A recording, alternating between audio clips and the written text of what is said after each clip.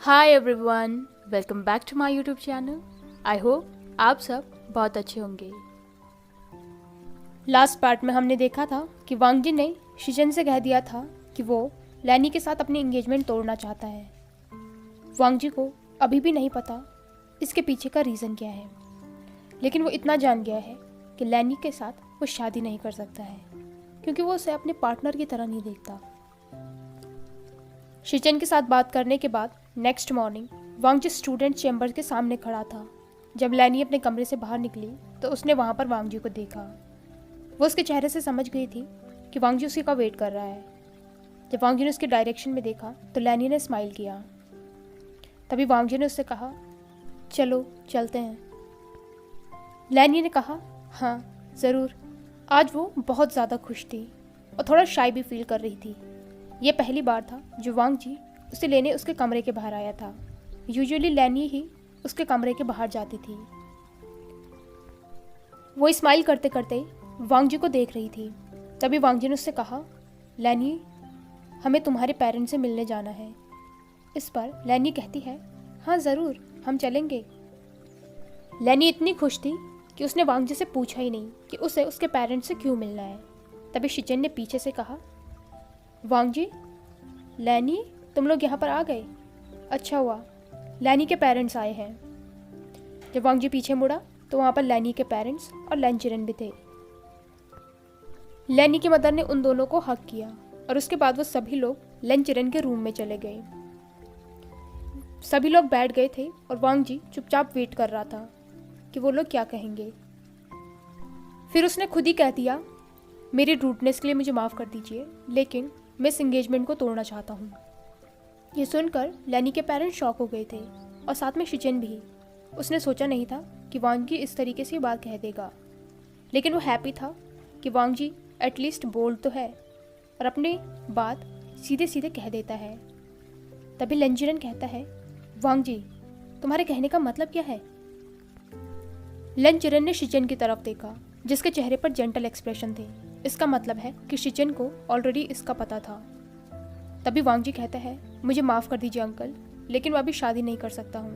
मैं इस चीज़ के लिए रेडी नहीं हूँ। कहना तो वो बहुत कुछ चाहता था कि वो लैनी को अपनी पार्टनर की तरह नहीं देखता, लेकिन फिर उसने सोचा कि उसे अपने फ्रेंड्स को हर्ट नहीं करना चाहिए। तभी लैनी की मदर कहती है, अगर तुम रेडी नहीं हो तो हम शादी को कुछ साल आगे बढ़ा सकते हैं। वो बिल्कुल भी इस शादी पर गिव अप नहीं करना चाहती थी। ये सुनकर लैनचिरन भी कहता है, हाँ वांग जी, अगर तुम अभी रेडी नहीं हो तो हम कुछ साल इंतज़ार कर सकते हैं। शिचन कहता है, अंकल हमें वांग जी की बात सुन लेनी चाहिए। इस वक्त शिचन किसी भी हाल में अपने भाई की मदद करना चाहता था। अगर ऐसे चलता रहा तो वांग जी फिर से इनकी बात मान जाएगा।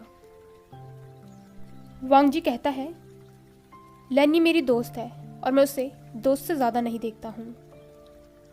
लैनचिरन लैनी के फादर ये बात समझ गए थे, लेकिन लैनी की मदर अभी भी वांग जी को कन्विंस करने की कोशिश कर रही थी। अब लैनी भी समझ गई थी कि क्यों वांग जी उसके पेरेंट्स से मिलना चाहता था। उसकी मदर कुछ कहने वाली थी, लेकिन लैनी ने अपनी मदर का हाथ पकड़कर स्क्वीज़ किया। वो कहती हैं, इट्स ओके मदर, मैं देख लूँगी। सिचुएशन ऐसी हो गई थी कि किसी ने भी पूछा ही नहीं कि लैनी के पेरेंट्स क्यों यहाँ पर आए थे। लैनी की मदर ने वांग जी को हक किया। उनकी आंखों में आंसू थे। ये देखकर वांग जी भी हर्ट फील कर रहा था, लेकिन वो अपना डिसीजन चेंज नहीं करेगा। उसके बाद वो अपनी क्लास की तरफ चला गया। थोड़ी देर बाद लैनी ने भी उसे ज्वाइन किया। ये दिन ऐसे ही बीत गया था। अगले दिन जब वांग जी क्लास में था तो विंग अपने दोस्तों के साथ आया। उसने वांग जी की तरफ देखकर स्माइल किया। वह कहता है, लानजान। ये देखकर वांग जी थोड़ा सरप्राइज हो गया था, क्योंकि कुछ हफ्तों से विंग उसे इग्नोर कर रहा था और उसकी तरफ स्माइल भी नहीं कर रहा था, ना ही उसकी तरफ क्लिंजी हो रहा था और उससे बात भी नहीं कर रहा था। आज फिर से विंग की यह स्माइल देखकर वांग जी को बहुत खुशी हो रही थी। विंग का भी ऐसा बिहेवियर देखकर जंगशा और यानली एक दूसरे को देख रहे थे और दूसरी तरफ हुएसांग ने उसे थम्स अप किया।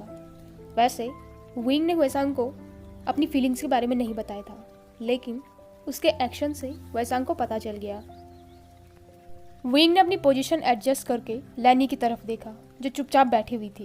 ये देखकर विंग को हंसी आ गई और उसे पिछले दिन की बातें याद आने लगी।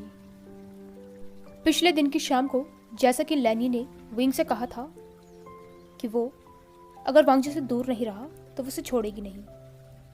हालांकि वांगजी ने उसके साथ जो एंगेजमेंट कैंसिल की थी वो विंग की वजह से नहीं की थी, लेकिन कहीं ना कहीं विंग भी उसके लिए एक थ्रेट था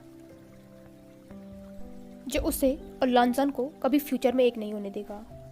और इसके लिए उसे विंग से छुटकारा पाना पड़ेगा, क्योंकि अगर विंग नहीं होगा तो आज नहीं तो कल लैनी वांगजी के साथ फिर से अपना रिलेशन इस्टेब्लिश कर लेगी। वैसे भी उसे खुद पर पूरा भरोसा है और उसने अपनी मदर से भी कहा है कि वो इस सिचुएशन को देख लेगी। उसने एक बार विंग को फिर से माउंटेन्स के रास्ते जंगल में जाते हुए देख लिया था और इस बार उसने सोच लिया था कि वो विंग को नीचा दिखा कर रहेगी। इसलिए उसने लैन जिरेन को ढूंढा जो कि ग्राउंड में कुछ स्टूडेंट्स को प्रैक्टिस करा रहा था। वो उसके पास जाकर कहती है, अंकल प्रणाम। इस पर अंकल जिरेन कहते हैं, प्रणाम लैनी, तुम यहाँ पर क्या कर रही हो? कि तुम वांगजी को ढूंढने आई हो? वो अपनी झूठी चिंता दिखाकर कहती है, नहीं अंकल, वो मैंने देखा कि माउंटेन में कुछ अनयूजुअल हो रहा है तो मुझे लगा मुझे आपको इन्फॉर्म कर देना चाहिए। माउंटेन में कुछ अनयूजुअल हो रहा है? तभी वो कहती है, हाँ अंकल, मैंने उस तरफ वेवुशान को जाते हुए देखा। इससे पहले कि वो कुछ और कहती, लैन जिरेन उस डायरेक्शन में जाने लगा। उसके हिसाब से तो जिस जगह वेवुशान होगा वहाँ पर कुछ ना कुछ गड़बड़ तो होगी। लैनी को भी नहीं पता कि विंग डार्क एनर्जी का यूज़ कैसे करता है, इसलिए लैन जिरेन को सीधे स्पॉट पर ले जाकर वो उस बात का पता लगा सकती है। पिछली बार उसने जो कुछ भी देखा था उसे सीधे वो लैन जिरेन को नहीं बताना चाहिए, क्योंकि अगर लांजान को पता चल गया तो वो इसके लिए लैनी से नाराज़ हो सकता है कि उसने वेवुशान के बारे में लैन जिरेन को टिप दी है। वो अंकल जिरेन के साथ जंगलों के बीच में गई। उसने देखा कि एक जगह से धुआं आ रहा है।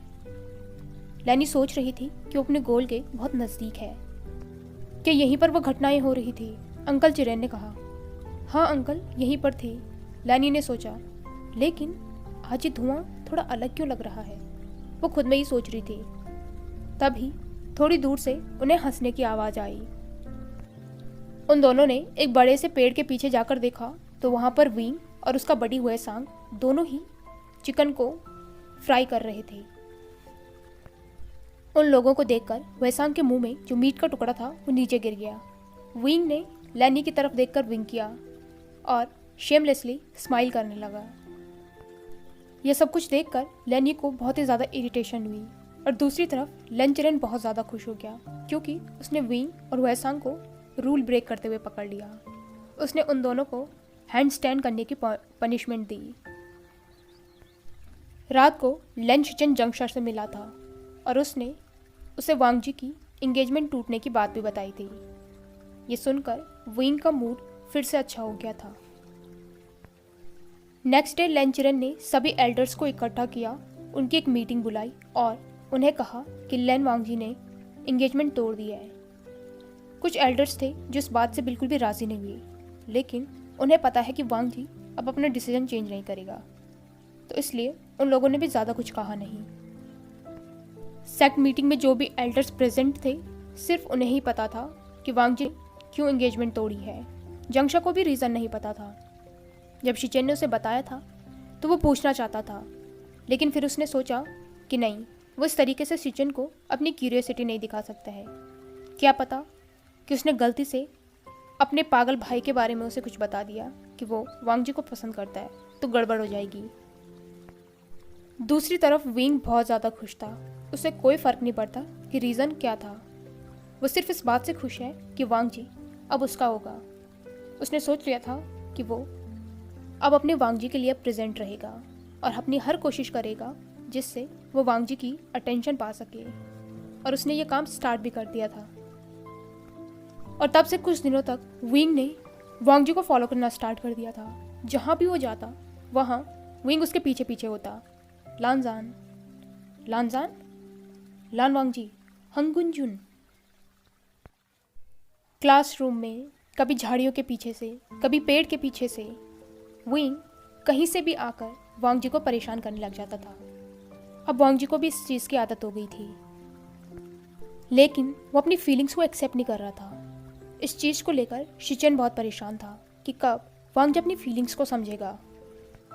ऐसे ही एक दिन लेन चिरेन ने शिचेन और वांग जी को बुलाकर पास के ही टाउन में होने वाली यिन मेटल से रिलेटेड कुछ एक्टिविटीज़ के बारे में बताया। उन्होंने सुना था कि यिन मेटल दशकों पहले कहीं गायब हो गया है। उन्हें भी यिन मेटल की पावर के बारे में ज़्यादा नहीं पता। सालों पहले उन्होंने सुना था कि एक आदमी ने यिन मेटल से रिसेंटफुल एनर्जी से प्रैक्टिस किया है, जिसकी वजह से वो रातों रात पावरफुल हो गया था और उसने उस टाउन के लोगों का जीना हराम कर दिया था। लेकिन एक हफ्ते के अंदर ही वो आदमी मर गया और यिन मेटल कहीं गायब हो गया। उसे बहुत ढूंढा गया। बहुत सारे आसपास के सेक्ट के लोगों ने भी इस मेटल को ढूंढने की कोशिश की, लेकिन किसी को भी कुछ नहीं मिला। अब लेन चिरेन चाहता है कि उसके दोनों नेफ्यू इस मेटल को ढूंढे, इससे पहले कि ये किसी बुरे हाथों में चला जाए। शिचेन और वांग जी चैम्बर से बाहर आते हुए यिन मेटल के बारे में ही डिस्कस कर रहे थे। उन दोनों ने ध्यान ही नहीं दिया कि विंग और उसके दोस्त उनके पास आ रहे हैं। तभी विंग कहता है, लानजान, लानवांगजी, हंगुंजुन। शिचेन ने विंग की बात सुनकर उसकी तरफ देखा और स्माइल किया, लेकिन दूसरी तरफ वांग जी ने उसे बिल्कुल इग्नोर किया और वो अपने भाई से डिस्कशन कंटिन्यू करता रहा। विंग खुद को ऐसे इग्नोर करते देख उसने पाउट किया। तभी जंगशा कहता है, क्या तुम अपना मुंह बंद रखोगे? जंगशा को गुस्सा आ रहा था। वो इस तरीके से अपने भाई को इग्नोर होते हुए नहीं देख सकता था। तभी वेंजिंग ने उसका हाथ पकड़ा। वो उसे इशारा कर रही थी कि वो थोड़ा शांत रहे। दूसरी तरफ वेरसांग विंग का ध्यान डाइवर्ट करने की कोशिश कर रहा था, जिसने काम नहीं किया। विंग समझता है कि जंगशा उसकी केयर करता है और इसलिए ही जब लानजान उसे कोई रिस्पॉन्स नहीं देता तो जंगशा गुस्सा हो जाता है। लेकिन अभी लानजान उसे रिएक्शन नहीं दे रहा है, यहाँ तक कि उसकी तरफ देख भी नहीं रहा है। ये चीज़ विंग को बिल्कुल सैड कर देती है। ऐसा तो पहले ही दिन से हो रहा है। लानजान उसे इग्नोर करता है, लेकिन पहले पहले वो विंग को देखता था, लेकिन अब तो वो विंग की तरफ देखता भी नहीं। तभी विंग ने देखा कि उसकी शिचिए पीकॉक की डायरेक्शन में जा रही है और वो दौड़कर उसकी तरफ चला गया। शिचिए! यानली ने देखा कि विंग उसकी तरफ दौड़ता हुआ आ रहा है। उसके चेहरे से समझ गई कि वो सैड है, इसलिए उसने उसे हग कर लिया। यानली कहती है, हमारे लिटिल आशियान को किसने परेशान किया? इस डॉग जंगशा ने, शिचिए, विंग ने कहा। तभी जंगशा, जो पीछे से ही आ रहा था, वो कहता है, अच्छा तुम चाहते हो कि मैं अपने दोस्त फेरी को यहाँ पर बुलाऊं?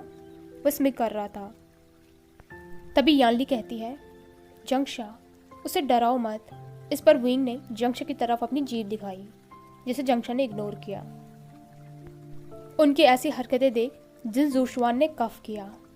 विंग समझ गया था, क्योंकि उसने अपनी शिजिए को टाइटली हक कर रखा था।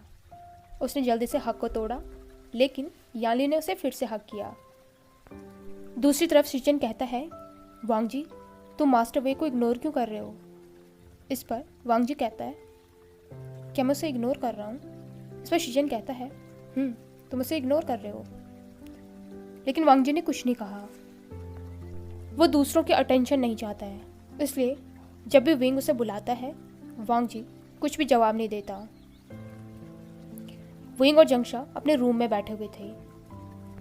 विंग अभी भी सैड था और जंगशा राइट वर्ड ढूंढने की कोशिश कर रहा था, जिससे वो विंग को कंफर्ट कर सके।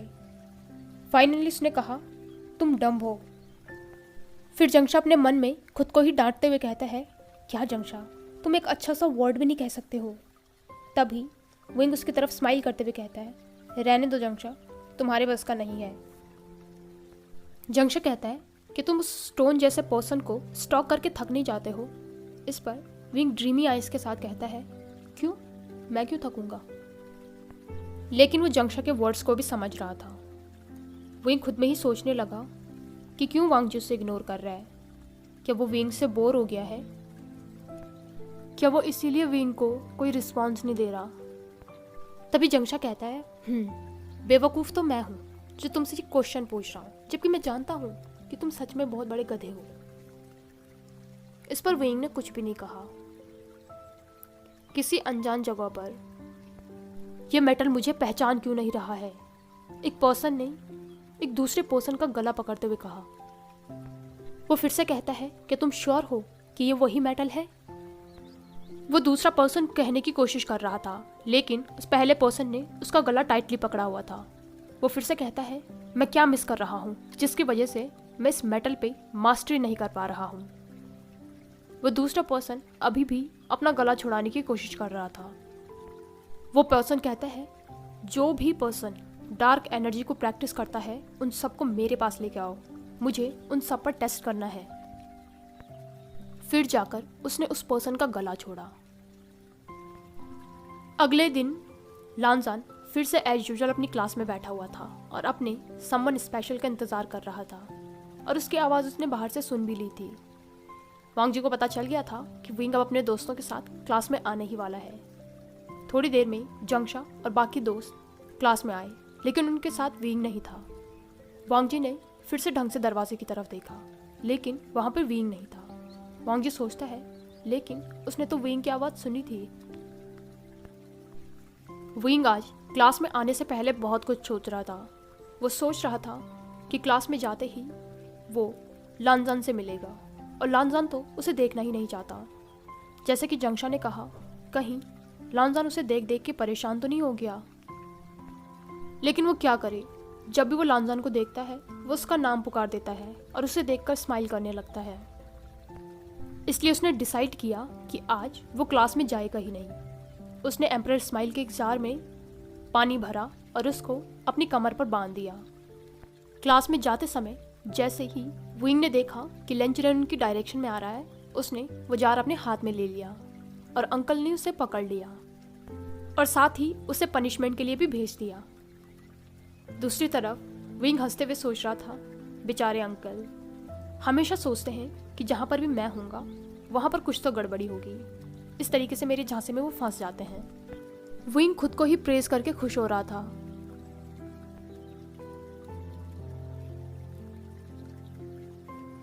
हाय एवरीवन, आई होप कि आपको ये पार्ट पसंद आया हो। अगर आपको ये वीडियो पसंद आई हो तो इसे लाइक, कमेंट, शेयर और चैनल को पक्का से सब्सक्राइब कीजिए। Thank you.